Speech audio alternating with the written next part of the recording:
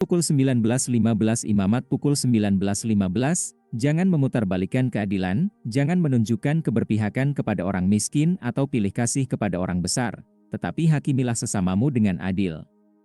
Yesus diperhatikan bahkan oleh musuh-musuhnya karena tidak memihak. Imamat pukul 19.15, prasangka dan diskriminasi dan prasangka ras bilangan 12, 1 Kemudian Miriam dan Harun berbicara menentang Musa karena perempuan Etiopia yang dinikahinya itu, karena dia menikahi seorang wanita Etiopia.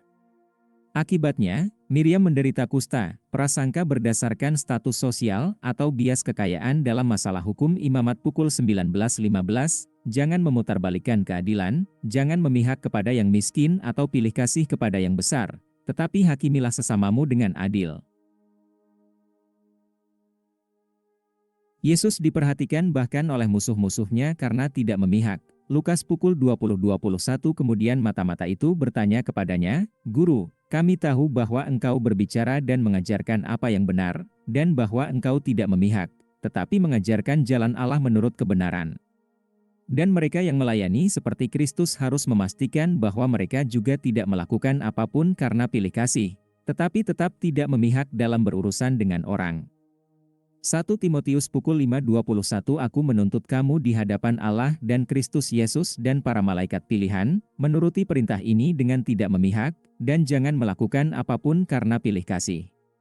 Tidak setia seseorang tidak setia ketika dia tidak memenuhi perjanjiannya ketika itu dalam kekuasaannya untuk melakukannya.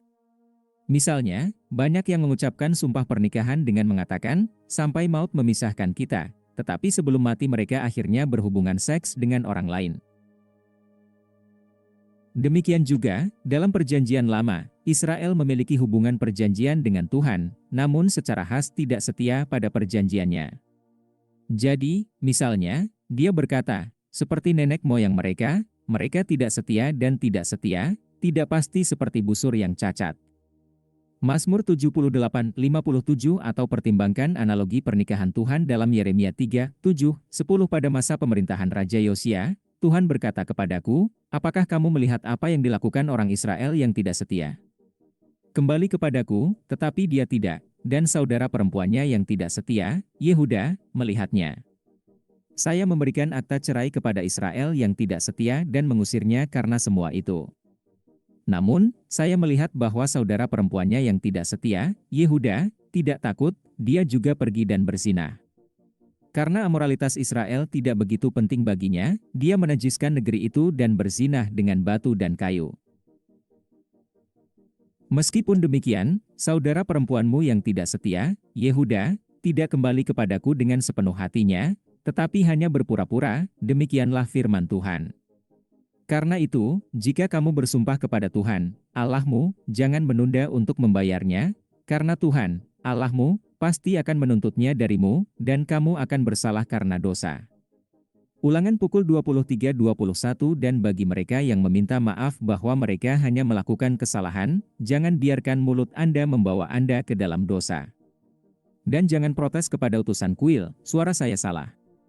Mengapa Tuhan harus marah pada apa yang kamu katakan dan menghancurkan pekerjaan tanganmu? Pengkhotbah 5:6 Atau mereka mungkin mengatakan bahwa mereka tidak mempertimbangkan implikasi dari perjanjian mereka. Tetapi ada tertulis, Tuhan, siapa yang dapat berdiam di tempat suci? Siapa yang bisa tinggal di bukit suci Anda? Dia yang menghina orang yang keji, tetapi menghormati orang yang takut akan Tuhan, yang memegang sumpahnya bahkan ketika itu menyakitkan. Mazmur 15:1-4 Iri keluaran pukul 20.17 Jangan mengingini rumah sesamamu. Jangan mengingini istri sesamamu, atau hamba laki-laki atau hamba perempuannya, atau lembunya, atau keledainya, atau apapun yang menjadi milik sesamamu.